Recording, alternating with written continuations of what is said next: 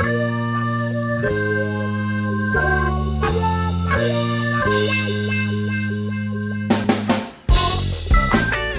I was just driving down the road. I had to go to the post office, and I was thinking about you because we're about to come into the studio.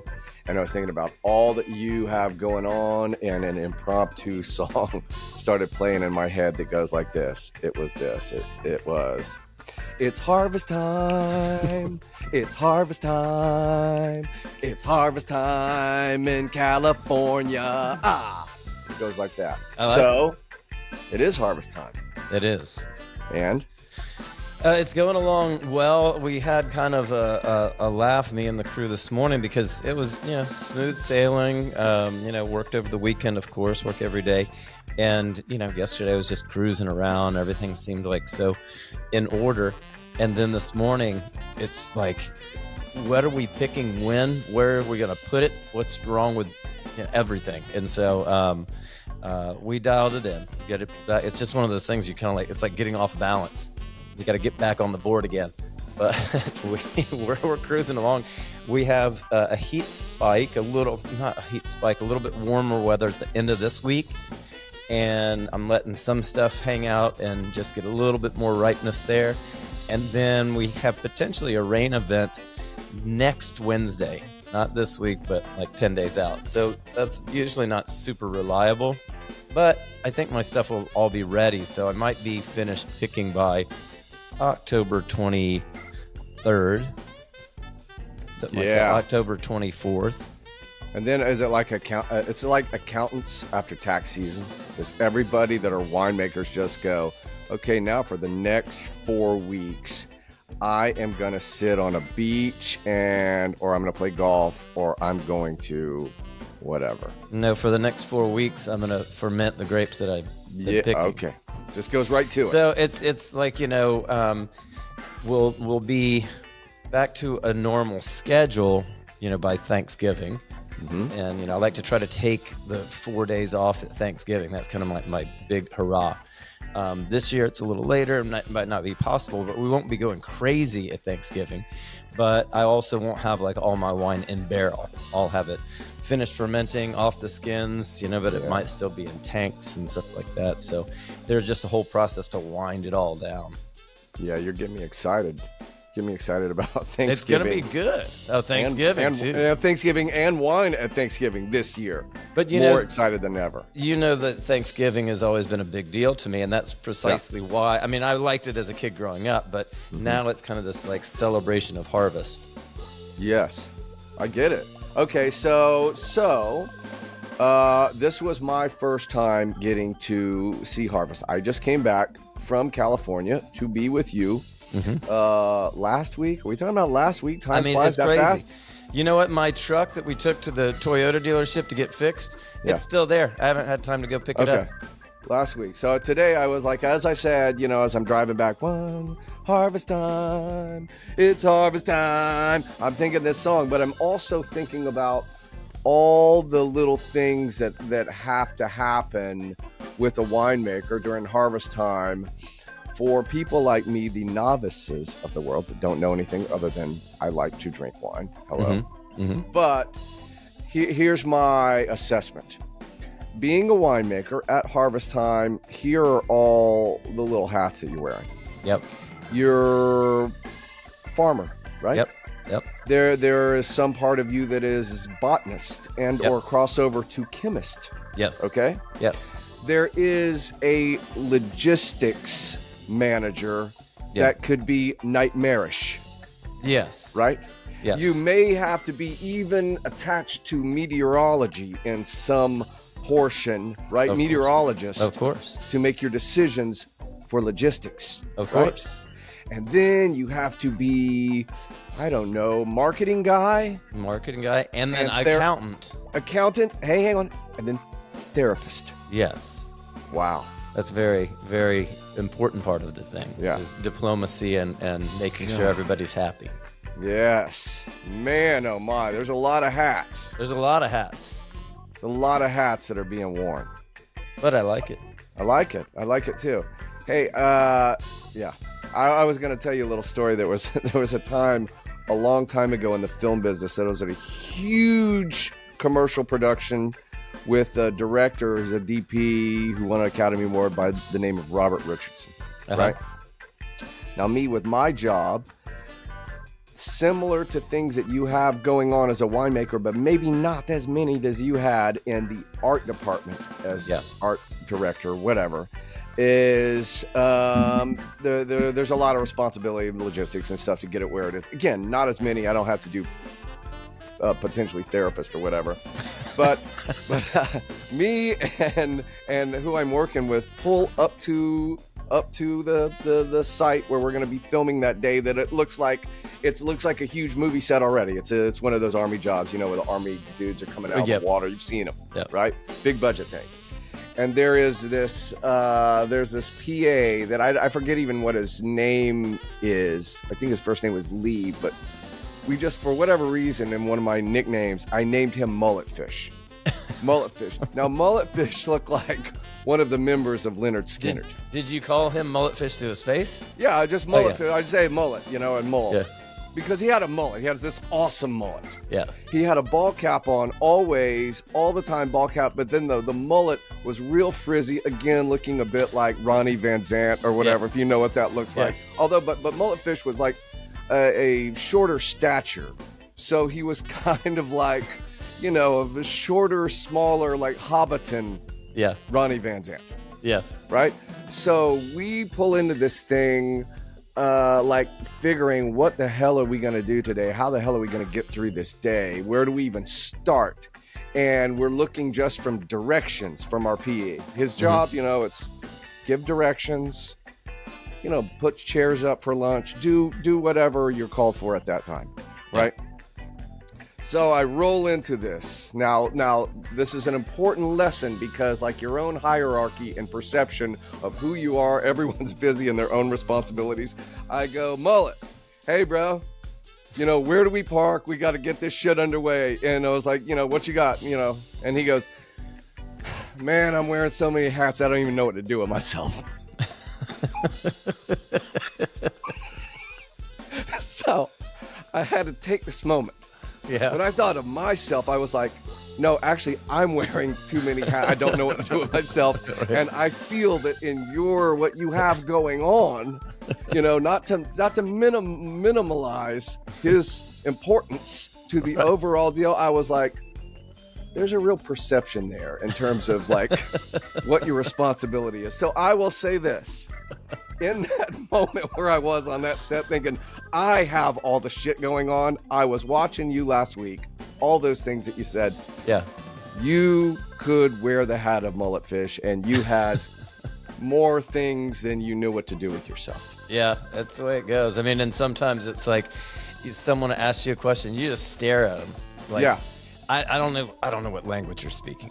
It's like so confusing, but it's fun. It's challenging, Okay. Well, where we left off, we have now this that we're talking on right now. We have launched this podcast. Drop the Check it's out to the world. I love it. I mean, it's just such a rewarding thrill just to see our Drop the Check logo up there on Spotify or iTunes or whatever the case may be, and of course our wonderful friends and supporters out there who actually dialed in and listened it up, and again, a lot of interesting feedback that I think people generally like it. That's a good thing. Yeah, and listen, there's also something that is going on that you should know about, and everybody should know about, because it's going to be very, very important to all of us very soon. Okay. Let's just say that's the first episode of Drop the Check, right? Yes. There's going to be several more. There's one coming up again here today, which is the second part of our conversation with Joey Wagner, right? He'll answer to all of them. But there is something going on that I can't talk about now. What? People, now hang on. I'm on the edge of my seat. Hang on. It's going to slowly build up in this story with something from a little company called Topo Chico. Oh. How about that? How about that for a teaser? I love it. Do you know that probably of all the comments that I got more comments about Topo Chico than anything else. They loved it. Yes. Okay. Well, stay tuned, listeners, because something is happening with Topo Chico. I love it. I'm glad that I'm learning this as we go too. Yeah. Okay. Look, bro, you can't spill it all at once. People wouldn't be able to handle it. They'd be like mullet fish, standing there, at 4:00 in the morning, wearing too many hats and know what to do with themselves. Okay, we've got Joe Wagner today. I love the second part of this. Let's roll into it. Let's jump into it. Welcome to Drop the Check. Today's episode is part 2 of our conversation with winemaker with great hair and a knack for TikTok. Let's welcome back Joseph Wagner.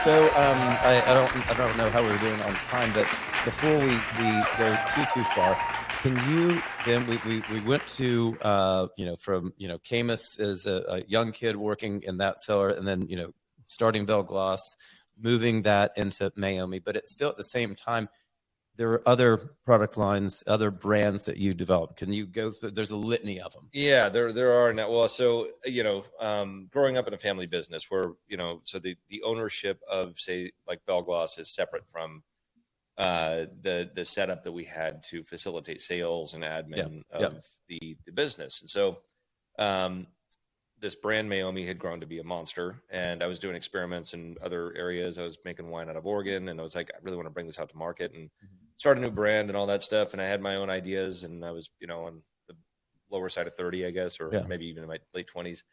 And so I started talking to my dad about it, and I said, hey, look, I want to expand these things, and here are the options as I see them. And family business can be tough at times. Yeah.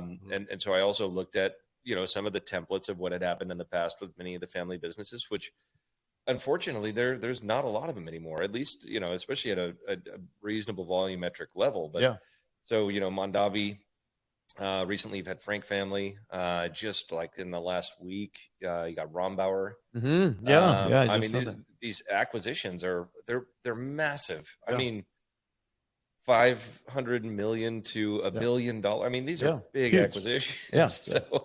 So I was like, how do we maintain our family being in the industry? Mm-hmm. And oftentimes you have to look at generational issues in the other people that came before us, 100%. and learning from that. And so I said, look, I think I was already having kids, and I've got 6 in total now. And I'm like, did you hear that, Mike? He has 6 kids. I heard 6 kids. Mike check. That was looking 6 for my kids. Own, There's 6 kids. Looking for my own glass of wine after that. I got nervous. I got.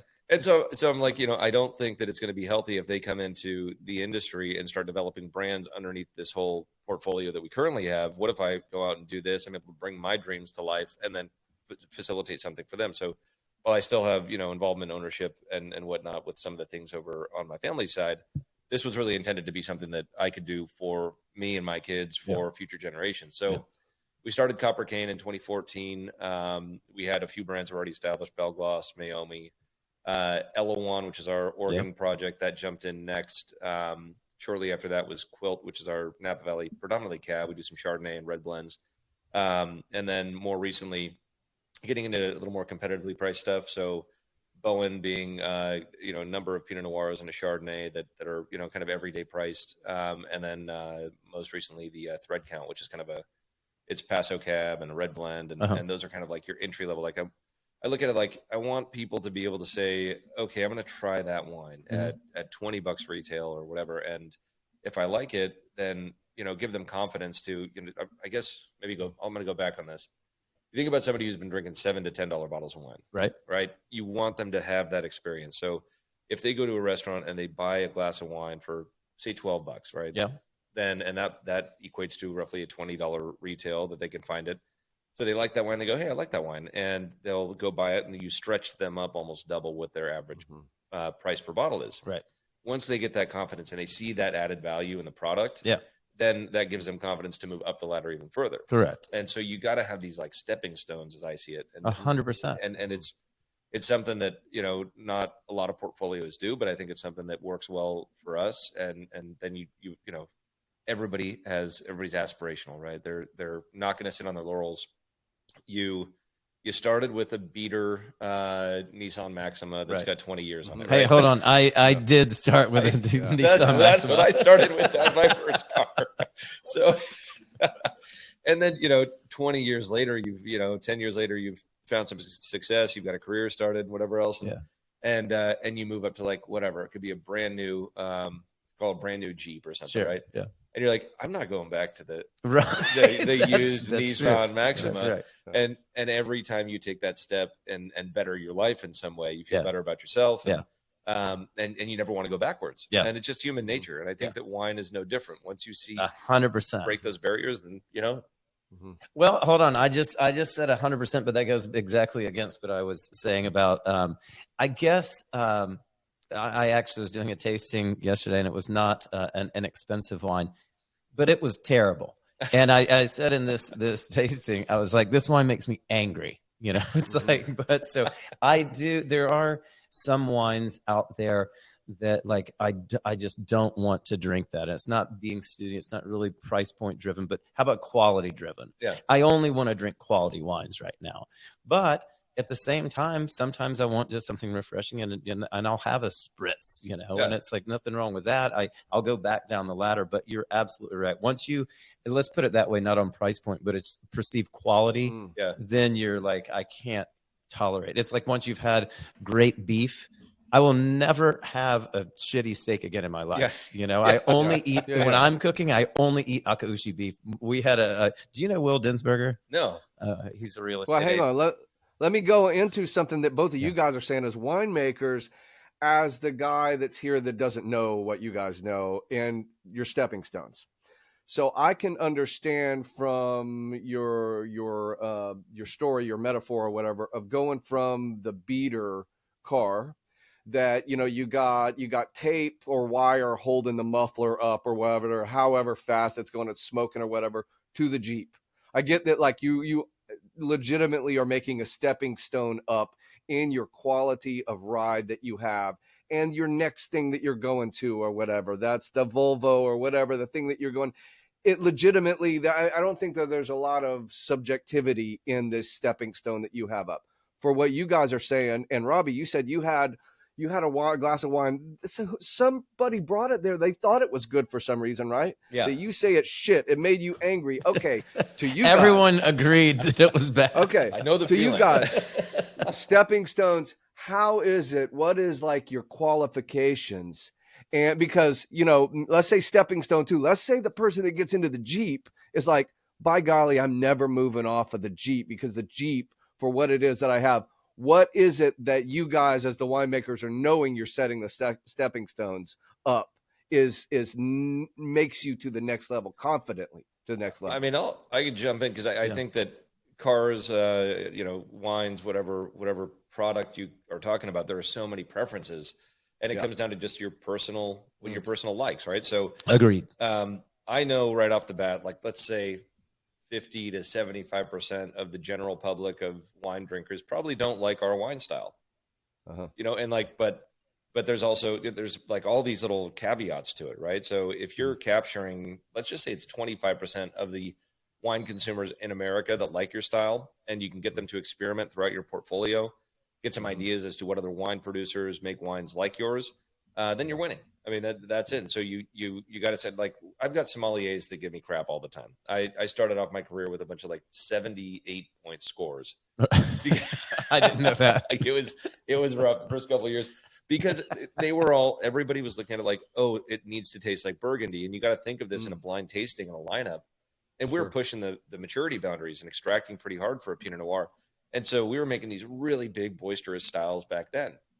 And they would be so glaringly different that they got knocked by the critics. And so I just went out and I was like, well, I got to win with the consumer. I like this style better than this, trying to chase, the old world style. And I believed in it and kept going with it. And fortunately, other people liked it too. And that's kind of where it all started. So I do think that people will find the niche of style that they like within your product. And then it's a matter of you staying consistent, because consistency, I think, is one of the key elements. Yeah, absolutely correct. You have Absolutely, I agree with you. one vintage off. And I mean, I've had times where it's like, Yeah. I'm going to skip that. Last bottle I had wasn't good, and I might not have a bottle of that for 5 years. Yeah, totally. Or even if you, not in terms of quality, but if you have a theme going within your wines, especially if it's under one brand, and you just decide, oh, I'm going to switch up and I'm going to make, I make all these, classic Sonoma County Chardonnays, but now I'm going to make this Chablis style within the same brand. Yeah. And people just shut you down immediately. Yeah. Like, nope, Yeah. that's not the style. But Mike, also to your question about, kind of how do you present something to the public or whatever. Quality is a very difficult thing to talk about, right? Everyone's got their perception. That being said, I think there are standards, and eventually, if someone's had enough wines, they're going to start to recognize what flaws might be. And while someone might like this wine and someone might like that wine, they might be great tasters. Even amongst our friends at my tasting yesterday, it was 8 winemakers, and we all had differences of opinion from time to time. But in general, we could go, yeah, I'm not buying that, but that's a wine of quality. This, and this. So you move up that ladder just through experience. And while it's absolutely true that you would say that, I would always say that the best glass of wine is the one that you like the best. It doesn't matter. Nothing else matters at all. Yeah. But if you do ask, over time, and if you took 10 or 15 of our friends and we sat down at a table, we would pretty much come to some consistent, agreements on what quality might be, or that might. Well, standing the test of time, and something that Joe said that I think I felt like within this is very, very important, is consistency. Yeah. Right? When you can sell somebody on anything, whatever that is, once you've reached a level of quality that you accept in whatever your resources, whatever, you move to the Jeep or you move to the Volvo or whatever, that I mean, obviously that's not something that you're reconsuming over and over again, but you've hit something and you go, for whatever reason, you might not even have liked it at first, right? But something resonated with you, you thought about it again, you're like, damn, I got to go back to it. And you go back to it, and then you find it does tick something positive with you. You better be sure that the third time, fourth time, 15th time that it remains consistent, right? Yeah. That's your Topo Chico thing. You're like, I don't know. It's just the best damn bottled water that there is. It's the same damn taste every single time. And, this is an interesting observation, too, that, it's different. So most of the wines, Mike, that I make, I'm making, a couple of hundred, maybe, 1,000 cases at a time of a particular wine. And with one of Joe's brands, in particular, Mayomi, I don't know what your largest vintage was. What were you up to? Like 700,000 cases. 700,000 cases. Okay. And huge. So 700,000 cases means 8.5 million bottles. And you go into a winery and you try to fathom blending this volume of wine, physically making this happen, taking that volume of wine, blending it so it's consistent, and then getting it into the bottle with consistency, with oxygen pickup, with X, Y, and Z, with every cork, and the quality control measures that it requires. It's almost like it requires more attention than by the time my shit's bottled, you blink your eyes and it's over. It's almost like I can't do quality control because it's done. But they have to be so consistent because it's exactly what you said. People are almost more forgiving of my wine with there being bottle to bottle variation, right? They're just experiencing one thing. When someone became a fan of Mayomi, they wanted that every single time. And trying to achieve that, Mike, it's an impossibility. It turned at that scale. It turned into Coca-Cola. That's what it was. It was. But that's not a criticism of Coca-Cola. No, do you know how hard it is to fucking make Coca-Cola? Right. No, it just comes down to that we're creatures of habit. We have an expectation, and people aren't looking at vintage when you're with like Mayomi. I mean, actually, I'll tell you a little story about as I was growing Mayomi, and it was just like going through the roof, and we're trying to keep up with it. We're buying more fruit, we're making more wine, we're using more facilities. Like it was a pain in the ass, but it was the first time that I ever, or anybody in my family ever, I guess, was like, let's see if we can supply the demand. Yeah. Like, great fun exercise. I learned a ton. I never want to do it again. Yeah. That had to kick your ass. Kick my ass, kick the whole team's ass, except the sales team. It was like a walk in the park for them. They're like, oh, we're going to make bonus again this year. It's like, well, do you guys even meet with the distributors? Like, no, they're out having a good time. But I had a meeting with a guy that you and I both know very well. Just say his first name, Corey. Yep. And so he was running a pretty large business. At the time, he's actually moved up into a larger wine business recently. But I asked him to just go grab lunch. I was like, I just have a couple questions. You've got experience with this. And so there were a couple things that he told me, because I was, asking him, like, how do you maintain fine wine when you get up to scale in hundreds of thousands of cases? Yeah. And he was talking not about the business he was working for, but really the industry in general. And he said a few things that really stuck out. And one was, he said, most producers at this level, they're just filling the requirements of the label. Right. So they're not making one blend. They're saying, like, all right. Oh, correct. It's like, all right, we're doing a Monterey County Pinot Noir from 2013. Yep. And it's like, well, hey, we sold 50,000 cases of that. We need more. You go to the bulk market. It's a marketplace where you're not like physically, you get samples sent to you, and you can buy these base wines, but there's so much variation. And so once a brand is a brand, and you try to make it as consistent as possible, but a lot of times you're going to have 4 different bottlings with the exact same label.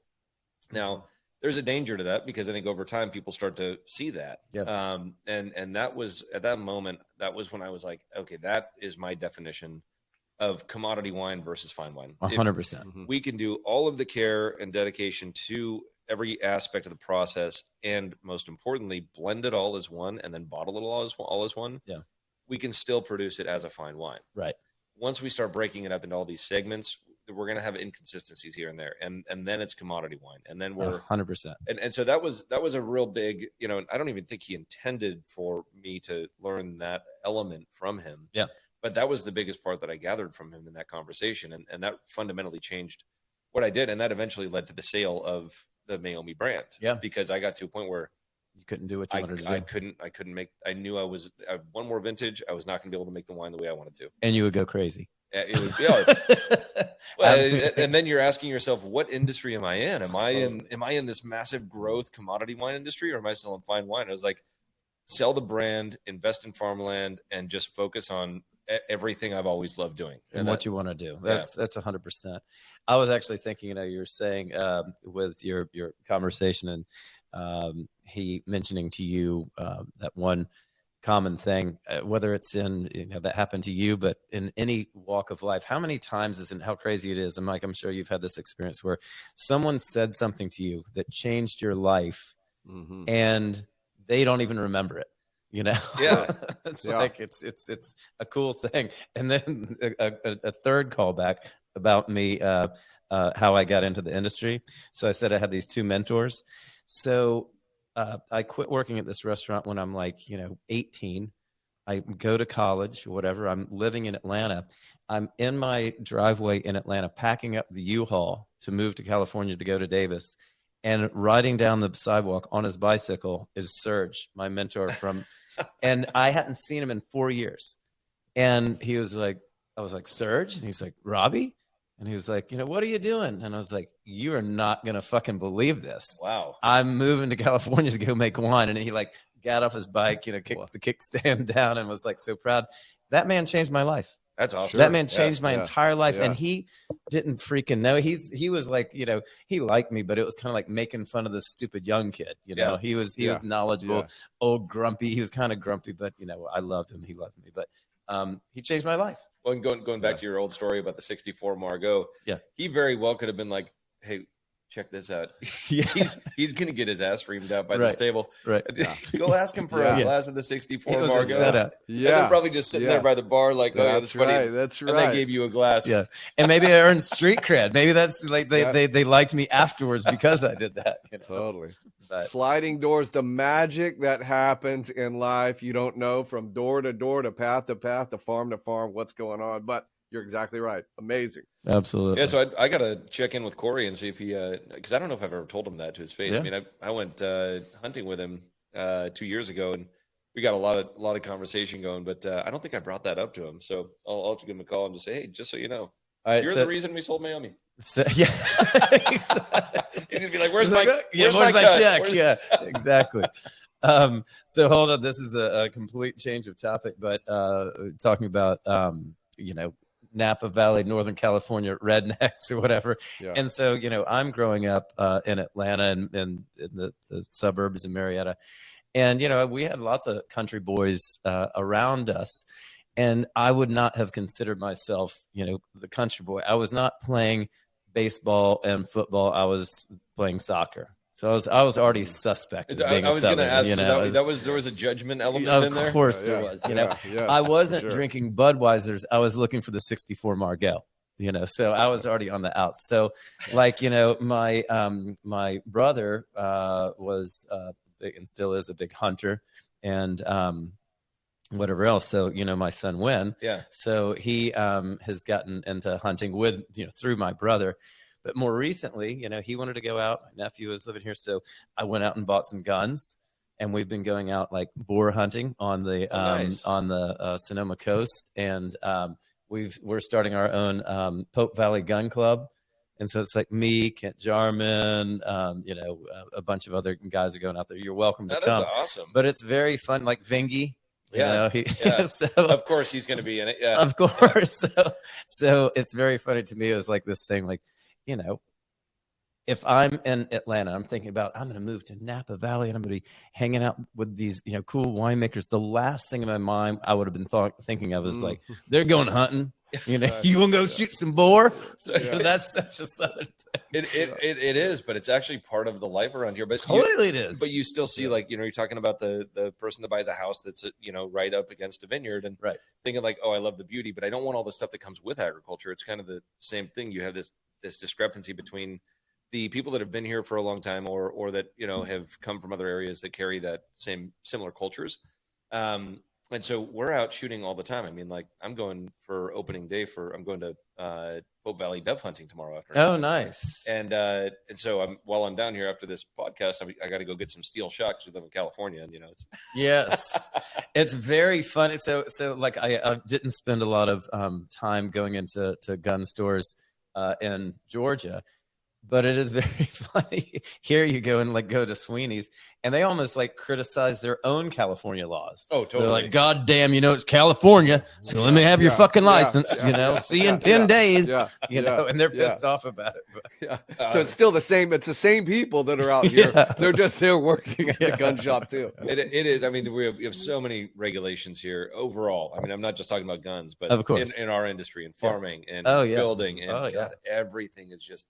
Like, how do you even? I mean, I look back. I'm like, I don't remember running a business being this hard, in like 20 years ago. Yeah, and it's just now you try to get something done, and you're in just this mill of the government and going through if you want permits or whatever, and it's so damn hard. And I don't know how we're going to get away from it because once you put taxes in place, once you put regulations in place, I mean, it is so hard to pull those things back, and I mean, my philosophy on this is that it actually kind of funnels up to giving the government more power and having the citizens rely upon them more, which is the ass backwards from democracy, right? Completely. In my opinion.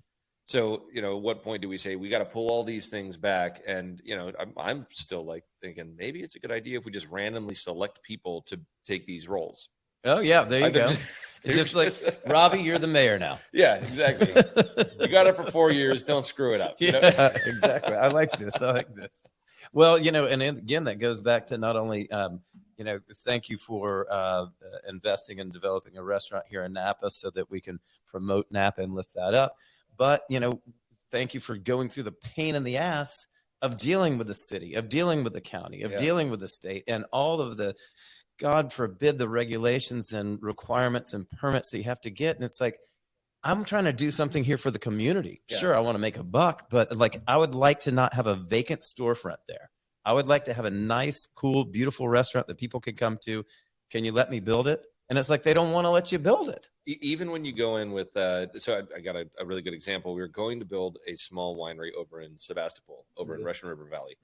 At one of our, actually, it's at the Dairyman. I thought that, yeah. So we went through the whole process. We had our eye on the prize, and so we went through all the design.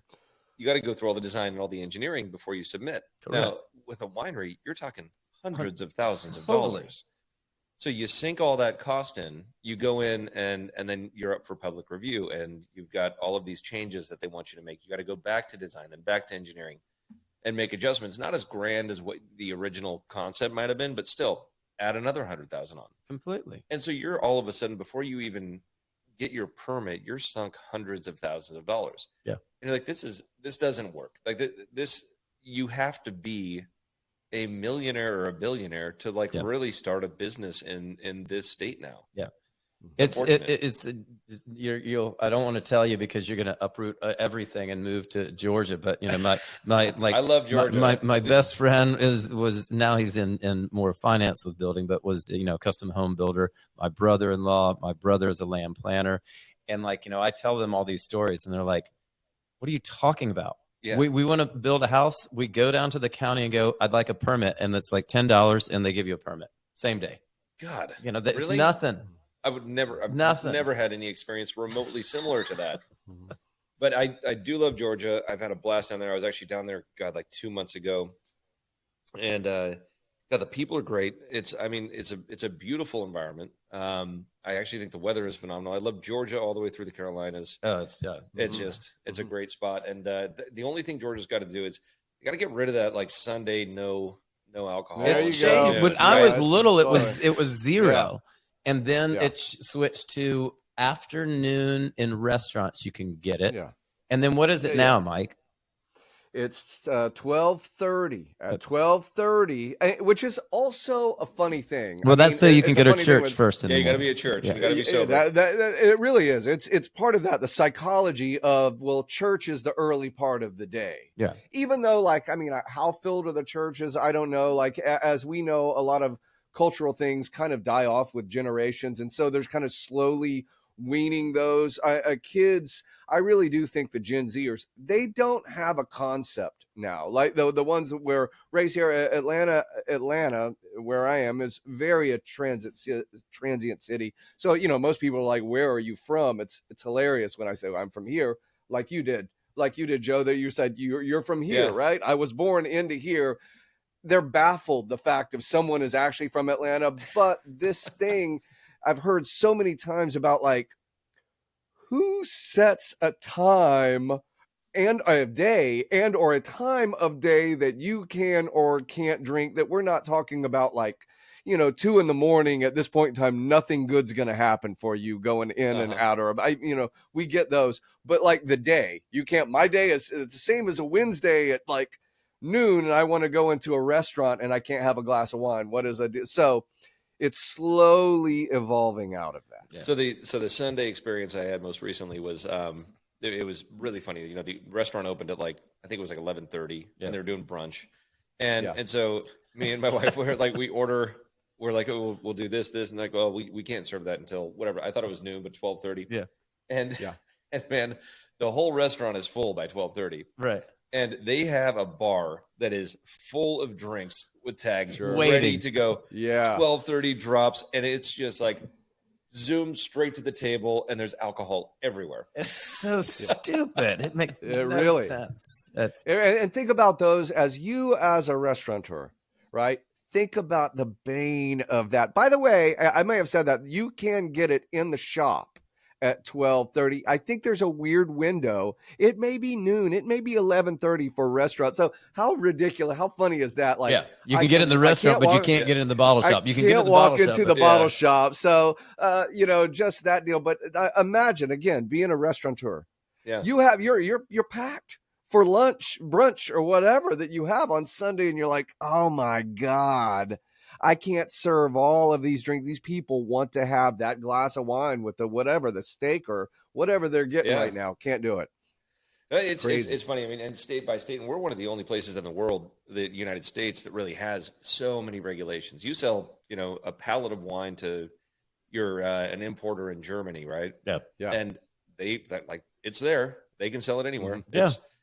We have so many different regulations, all in the wake of prohibition. And, I look at some of the stuff that's going on in the world right now. And, I think, whatever side of the aisle you stand on, there are some good things that have come about from any sort of regulation. Like, I actually like that you can't smoke cigarettes in restaurants. For sure. So that's a good thing. But, and now, those cigarette ads are pulled from, billboards. You're not allowed to do them on TV, all that stuff. Like, all that stuff happened years ago. Now I'm driving up and down the highway and I'm seeing all of these billboards and a bunch of advertisements for places to buy weed, right? Yeah. For dispensaries. Of course. Yeah. Like, out here, not so much in Atlanta, but here, everywhere. Yeah. So I'm looking at that. I'm like, they didn't even try to like replicate the tobacco stuff they had over here to something that it may not be as bad of a cancer causing product. And then you got different vessels, right? You got gummies and all that. But nonetheless, I mean, if kids get into that early, it does affect them. Hell, if I was getting high every day, I would not be anywhere near as successful as I am. Right. No, and I know some people operate well with that, but I'll take a gummy every couple nights and knock myself out. They feel great. Yeah. But what you said, Joe, you said the same thing. If you throughout your day were drinking alcohol as we're having a sip, you're saying that we each had a sip of wine. No. Yeah, this is okay. This is a segue into our Topo Chico collaboration. But you know what I'm saying? If it was an everyday, like you woke up and whether it be alcohol or you're taking your gummy or whatever, again, I'm generalizing to speak for everyone. It doesn't seem that would be the best processes to do that you could be the best of yourself. There's no way. Right? Yeah. And so you got to look at it from the standpoint of free will, because at the end of the day, everybody has free will. And you can choose, if I wanted to wake up in the morning and drink a whole bottle of wine, I could, but I can guarantee you it'd be the beginning of the end of my success. There's no doubt. Which it really is. I mean, again, people from the outside, I say it's like a, what do you call it? Like a work hazard. And people are like, oh, that's funny. We drink wine all day. And it's like, no, I literally can't. I've talked to Mike about this, like I'll go on, sabbaticals where, of course, we have to taste a fermentation tank. We have to taste something, but, I'll go, months and months and months and months without having a casual, glass or bottle of wine, because we're so inundated with it. It's so much in your face all the time. And just like, you show up at my house, do you have a bottle of your wine? You're coming over, so I have bottle, because we want to share. But at the same time, it's like, and then when you say, oh, no, I'm not drinking right now, people are like, what's wrong? That is something happened to you. True. It's like nothing. I just don't want to drink alcohol right now. But I think it's good to number one, just to do a detox, but also to challenge yourself to be able to make sure your mind is still mind over matter. Yeah, you can accomplish this. The last time I did a 90-day stint, no drinking. And felt amazing. Like, it was, of course. That I hate to say it. I know, because we're criticizing your own thing, but no, I feel like $1 million. And I'm about to start. I'm going to step up on this one. I'm at this 75 hard thing. Oh, I don't know this. No. So it's like there's no alcohol, no added sugar, no snacking. So 3 square meals a day. But you can kind of eat whatever you want during those square meals, and then you got to work out twice a day for 45 minutes each. One of them being outdoors. You got to read 10 pages of a book a day. A lot of this stuff is very small. I got to look this up. Okay. But I like all of it. Yeah. It's all small and mundane, but at the same time, you got to look at it like, okay, I can challenge myself, and I'll be tasting barrels. There might be a day where I'm tasting 200 barrels, but I'm spitting. Yeah. And I'm still going to get a buzz, and I'm still not going to count that as drinking. Because, I agree with you. Sure. We have to. Yeah. It's just part of have to do it. But I've got to check that out. 75 hard. Are you familiar with this, Mike? I have. I've heard of that before. Okay. I'm right there with you, Joe, in terms of like changing.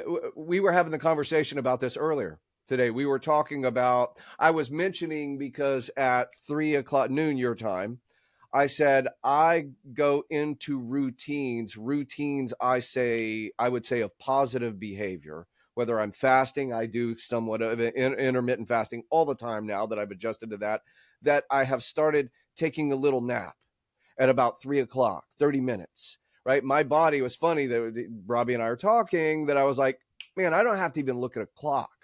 because my body's getting in a cycle Yeah.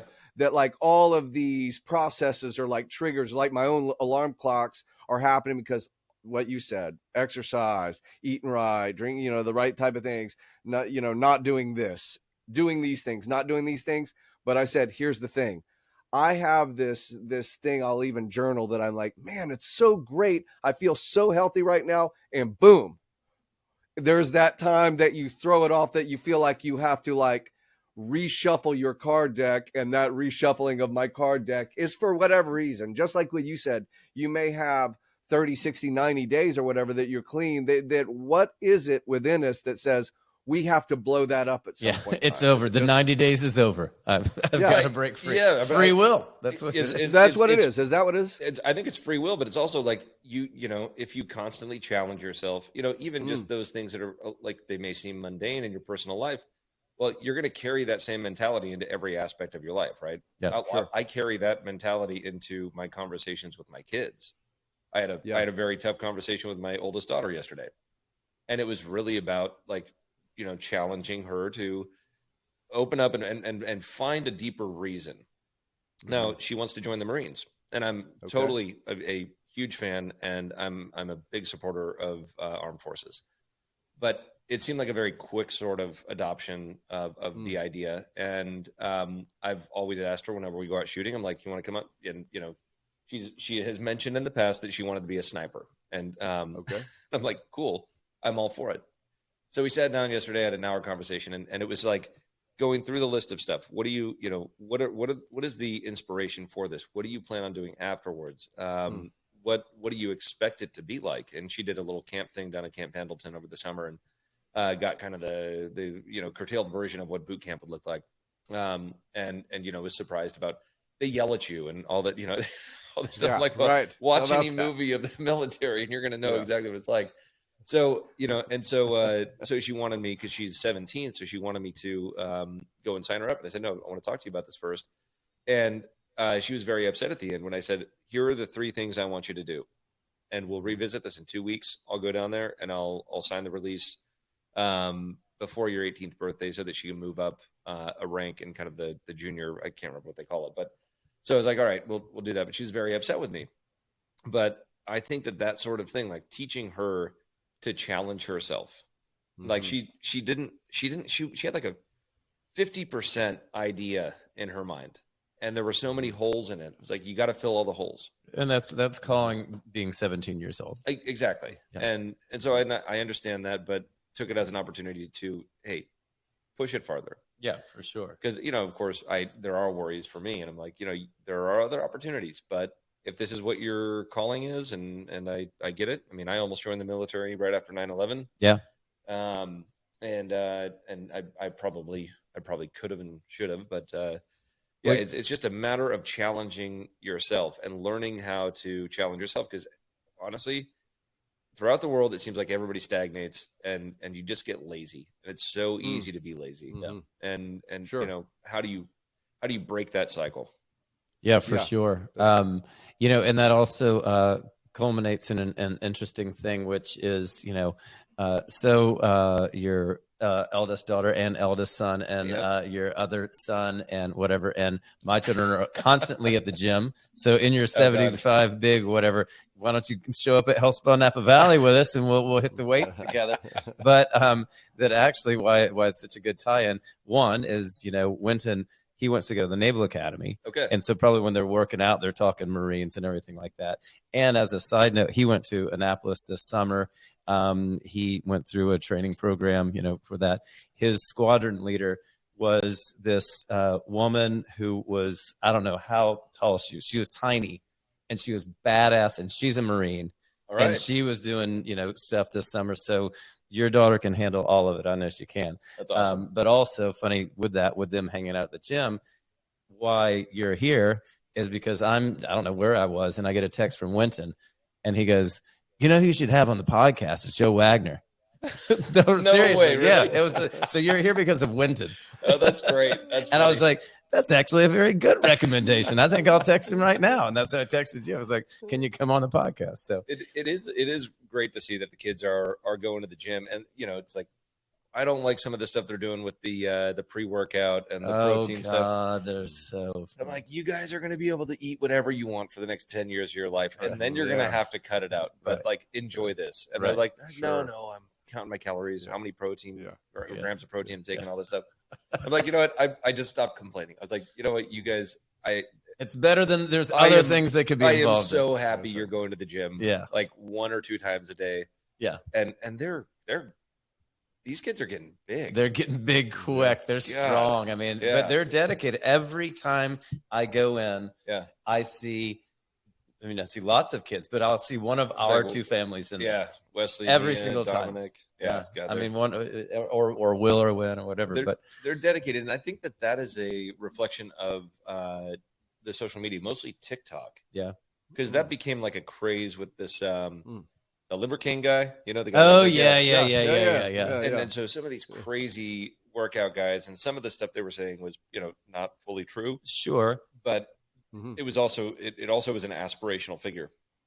Sure. And there's other horrible things on TikTok that they could be following. If they're into food and nutrition and working out, God bless. I'll support it. But hey, speaking of free will, I could sit here and do this all day. And I think, and I'm looking over at Mike, because this is exactly what that I'm hoping for these conversations, is that I have no, you see here, I don't have any notes. Oh yeah. I just want to, come and hang out and talk. And so, thank you for coming in and doing this. And again, I asked you about your brands, but you're working on a podcast right now, aren't you? Or you're talking about it or thinking about it? We got about 30 in the hopper right now. Okay, good. But you've not published yet? No, we released them. We just started to publicize them. So just on our social channels and whatever else, sending, notes out to the trade, that sort of thing. So trying to keep it a little, It's funny because I don't remember you calling me to be on the podcast. I didn't get the email yet. We just had our first guest. So it's me and another guy, the co-host. His name is Chris. And it's called Go With Your Palate. Okay. And the way that we phrase it is that it's about wine, entrepreneurship, and whatever the fuck else. Okay. And there's a lot of whatever the fuck else. Yeah. Sorry if I shouldn't be. No. And that's what ours is too. It's food and beverage based, but it's really about whatever. Yeah. You never know where it's going to go. And so we just had our first guest on. So we want to start getting more into that and learning how to, develop the studio to accommodate whatever else. And it's been really fun. And we have a lot of stuff that comes out, and I know my whole sales department, they're all listening to it and they're like giving me crap about it. And it's like, there's a whole fun part of it, and it'll evolve and develop. Yeah. It'll change. And so, sorry, again, the title So we'll have to have you on it. Yeah, of course. So go with your palate. Go with your palate, and you can find it wherever you find your podcast. Don't you like how they say that on every podcast? Wherever you find your find podcast. it on iTunes, Spotify, or wherever you find your podcast. Well, of course, why the fuck did you make that statement? Of course I know that. Okay. And then I think probably why the Winton brought you up is because I know that he follows you on your Instagram or TikTok or whatever. What is your social media finds?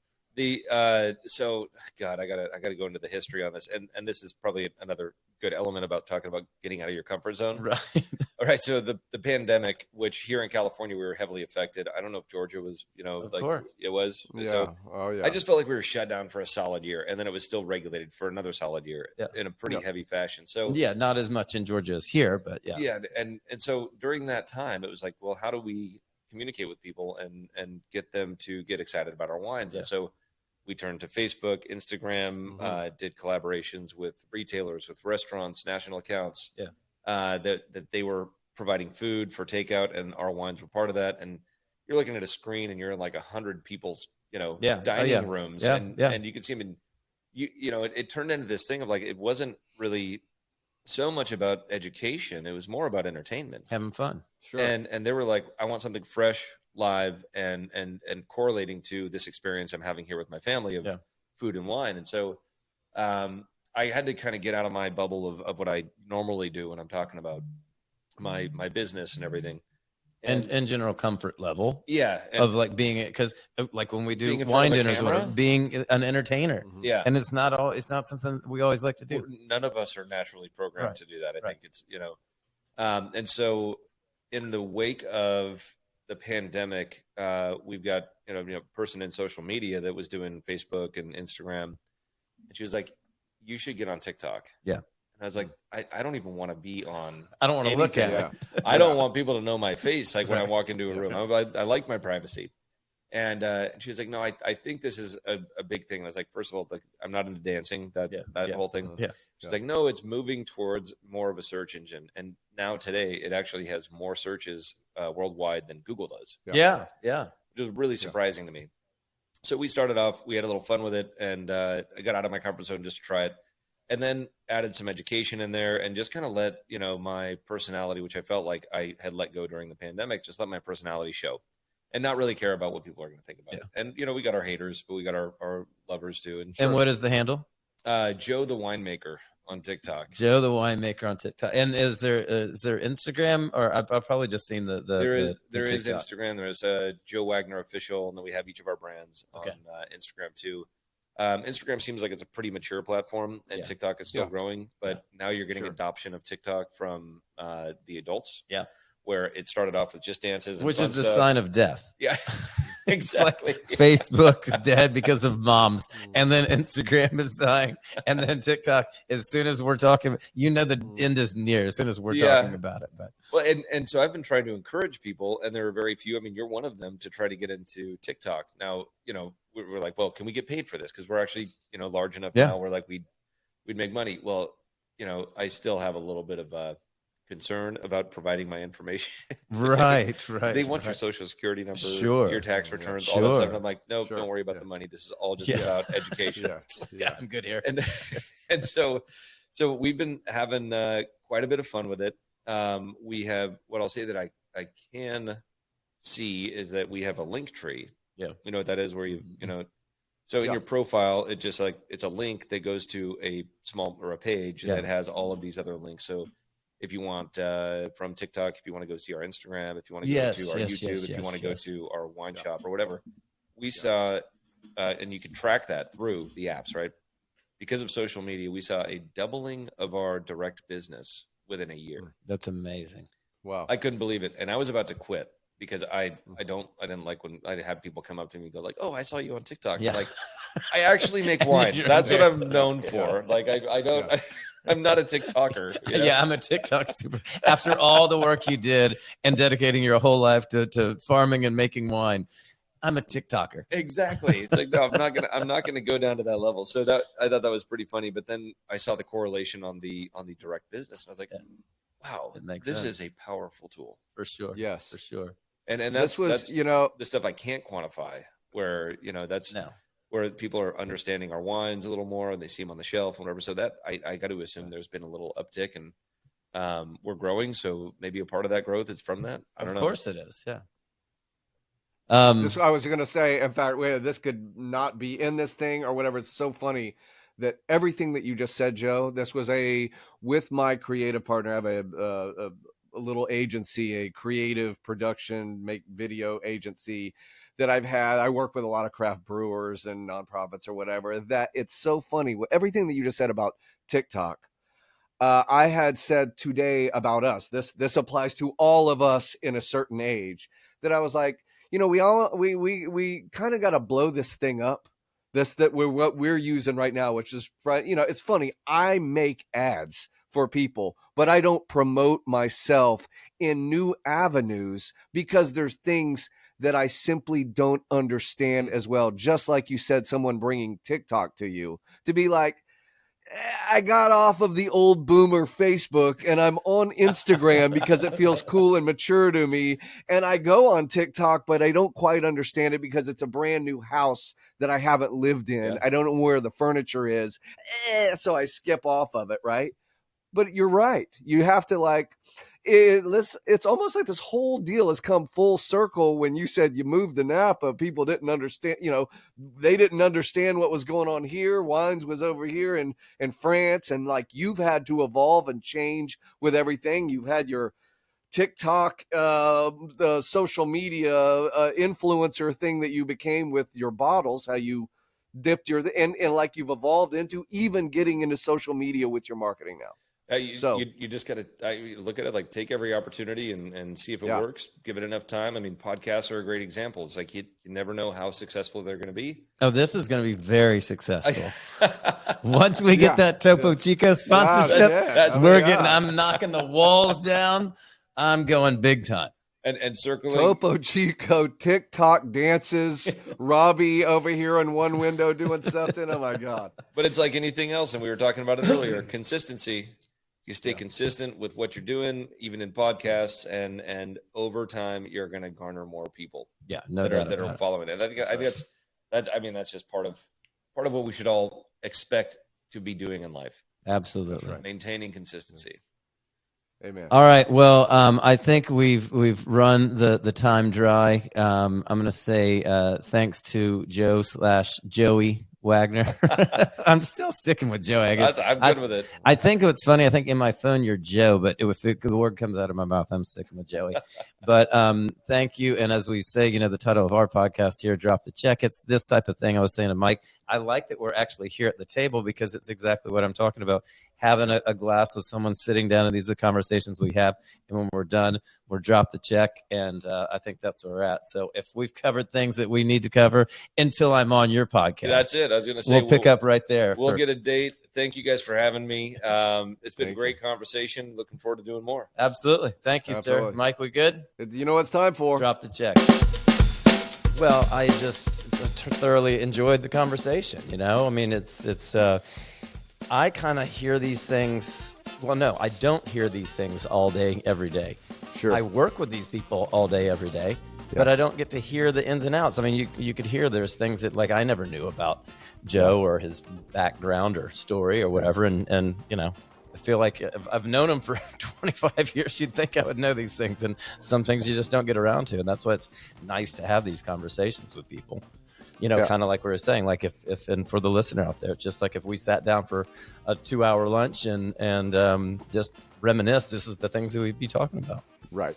You know what? I like using the technique that I have of, I don't know anything, and nor do I want to research anything about these guests for the most part. That's because right. I don't want to have any kind of preconceived notion of any of them. I want this to be as Drop the Check should be. We're having dinner conversation and find out about people in this organic way. So it was really cool to know about Joey Joseph. And also I really do have to say, I super appreciate him getting into TikTok, right? Because we at our age, we have the diversity of age groups. We know with our kids being teenagers, our kids being teenagers, there's different tiers of what you know and what you do. You're a boomer, you're out of date, this much or whatever. So the fact that he embraced, what the hell? What am I going to do? Dance? TikTok. Yeah. And that has shown to be successful for him. I think that there may be like a Topo Chico dance. Yes. In our future. I like that. That's a great one. Topo Chico dance. You can do the whole because you're into that film stuff. You could do all kinds of stuff. Some sound of the my favorite sound of it opening. Oh my God! Like you're writing this for me. I'm also into dancing. That'll be my part. You just make up the song. Okay, fair enough. I can do that. Okay, well, that's it, man. Yeah, but that's it for the Joe episodes. But, we got stuff coming down the pipe. We got, Joshua Schwartz. Yes. Great chef. We have Matthew Rourke, legend. My gosh, I'm so excited. I am too. All right, let's do it. Let's do it. Let's get out of here. Okay. Hey, let's drop the check. Let's drop the check, please. Hey, friends. Thanks for joining us on Drop the Check podcast. If you enjoyed this episode, be sure to follow and subscribe to Drop the Check podcast on all your streaming services, Instagram or YouTube. And of course, dropthecheckpodcast.com. As always, Drop the Check is brought to you by Pearson Meyer Wines. Pearson Meyer, really, really good wine. Join us next week for a special guest. Not going to say who it is, but he likes to catch fishes, cook really tasty dishes. He might even like Topo Chico. Find out who it is next week on Drop the Check podcast.